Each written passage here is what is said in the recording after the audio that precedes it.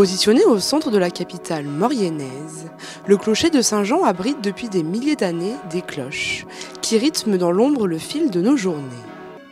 Des bijoux d'un ancien temps que seuls quelques privilégiés ont le droit d'admirer. C'est le cas d'Antoine, un passionné d'art campanaire, en visite à Saint-Jean pour étudier ces cloches. Les cloches, tout le monde les entend. Quand on a eu la grande volée, tout Saint-Jean a entendu la sonnerie. Et justement, c'est pour mettre en valeur, pour dire que les cloches, elles font un son, mais elles racontent une histoire, elles sont témoins d'un passé. Par exemple, ici, on est dans une cathédrale, donc forcément, les 4 cloches vont porter le nom des évêques qui étaient en poste, qui étaient à cette époque-là responsables du diocèse de Maurienne. Montrer qu'elles ont une histoire, que c'est un patrimoine. Il y a des fondeurs qui derrière coulaient les cloches, il y a des gens qui sont cotisés pour les avoir. Antoine et toute son équipe sont donc venus ici afin de filmer et répertorier ces cloches. Là, ce qu'on va faire, c'est que on va installer tout le matériel audiovisuel. On va commencer par faire sonner et après, pendant la sépulture, on va étudier les cloches, faire un petit peu le tour, étudier les inscriptions, les mensurations, les décors. Une fois l'ensemble du matériel installé, il est temps pour Antoine de simuler une volée afin de faire sonner l'ensemble des cloches. Alors on va faire sonner incessamment sous peu. Par contre, ce que je vous demanderais, parce que les cloches sont cernées de caméra, de rester dans cette partie-là, si vous voulez regarder la volée, parce que c'est un spectacle à voir.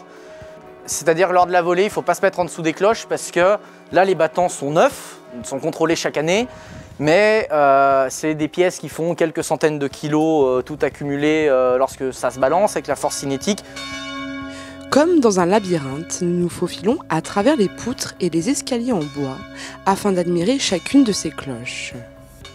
Aujourd'hui, on recense ici 4 cloches religieuses et 3 cloches civiles. On n'a que 4 cloches qui sont concentrées dans une moitié de la tour, puisque toute cette partie-là est totalement vide. Et on voit, on devine, il y a par des faisceaux d'indices, qu'il y avait d'autres cloches. En tout cas, on sait qu'à la Révolution, on a le procès verbal, 11 cloches ont été descendues de la tour et ont été emmenées à Chambéry pour être fondues en canon. Donc derrière ça, en 1828, la grosse cloche au-dessus de ma tête a été rajoutée. En 1864, on a rajouté encore la deuxième qui donne sur la place. Et en 1874, on a rajouté les 2 petites cloches ici qui donnent sur l'avenue. Et ces 4 cloches servent à la liturgie de la cathédrale. On l'a entendu avec le glas, qui était un vrai glas pour le coup. Ce qui marque depuis des siècles le temps qui passe, ce sont les cloches civiles qui sont encore plus haut, que je ne suis pas encore allé voir, mais que je vais aller voir tout à l'heure. Ces 3 cloches-là sonnent les quarts d'heure et les heures, et ont vraiment une fonction. C'est ces cloches qu'on va utiliser pour le tocsin, notamment, indépendamment des cloches religieuses. Samedi, jour de sépulture. Les cloches religieuses sonnent pour annoncer l'événement. Un son lugubre et sombre résonne alors dans toute la ville. Le glas, c'est une sonnerie pour un défunt, ce qui signifie que de manière imminente, il va y avoir une sépulture dans la cathédrale. C'est un tintement assez lent, assez lugubre. Donc là, en l'occurrence, 2 cloches, les 2 plus grosses qui se répondent. Qui est une sonnerie qu'on utilise quasiment dans toute la France, en fin de compte. Une fois les cloches silencieuses, il est temps pour Antoine de prendre quelques mesures. Voilà. Et là, vous avez l'épaisseur de la cloche. Là, c'est au point de frappe. Donc là, vous avez une dizaine de centimètres. Au sommet de la cloche, sur la partie qu'on appelle le cerveau, le haut de la robe, vous avez 10 fois plus petit à peu près. C'est-à-dire qu'elle est très fine ici, très épaisse là. Donc une cloche n'est pas juste un objet qui fait du bruit. On a des inscriptions, on a des décors. C'est un monument de dévotion. C'est un monument de dévotion en fin de compte. Les cloches civiles, elles, sont situées tout au sommet du clocher. Elles indiquent l'heure à l'ensemble de la population.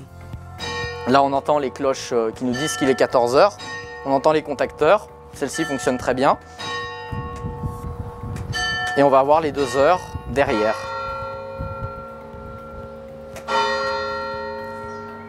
En fait, les deux petits coups de cloche représentent les quarts d'heure, pour dire un quart, deux quarts, trois quarts, quatre quarts, et la grosse cloche va frapper le nombre d'heures. Et il y aura normalement la répétition.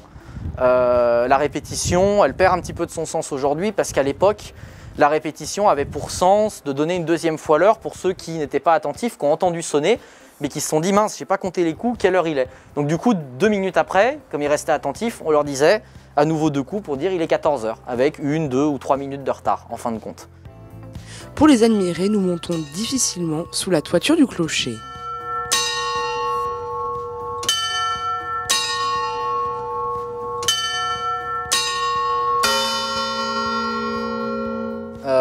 Là, on ne peut pas faire plus haut, à part au niveau du coq. On a les 3 cloches civiles. Les 2 cloches ici sont les cloches des quarts d'heure. Celle-ci est la cloche de l'heure. Et la découverte est de taille, puisqu'elle n'est jamais citée nulle part. Et on se rend compte par ses décors, par ses caractéristiques, que c'est une cloche de l'époque gothique, ce qui signifie qu'elle a au moins 400 ans. Ça veut dire qu'elle a traversé la Révolution française. Après traduction, nous comprenons que cette cloche date des années 1420. Avec un diamètre de 86 cm, cette cloche sonne les heures et pèse plus de 450 kg. Donc c'est vraiment une découverte très intéressante, puisqu'on n'avait aucune information sur ces cloches en fin de compte, qui ont donc des tailles différentes. Hein. C'est des cloches, là on ne cherche pas de la musicalité, on cherche du pragmatique, on cherche d'avoir une frappe horaire. On ne veut pas faire un carillon, pas faire des mélodies, mais au niveau patrimonial, c'est très intéressant d'avoir une cloche aussi âgée. Donc là, il va falloir l'étudier avec beaucoup d'attention. Un voyage dans le temps qui nous a permis de découvrir des trésors du patrimoine. Une étude qui nous permet désormais de mieux comprendre ce lieu incroyable.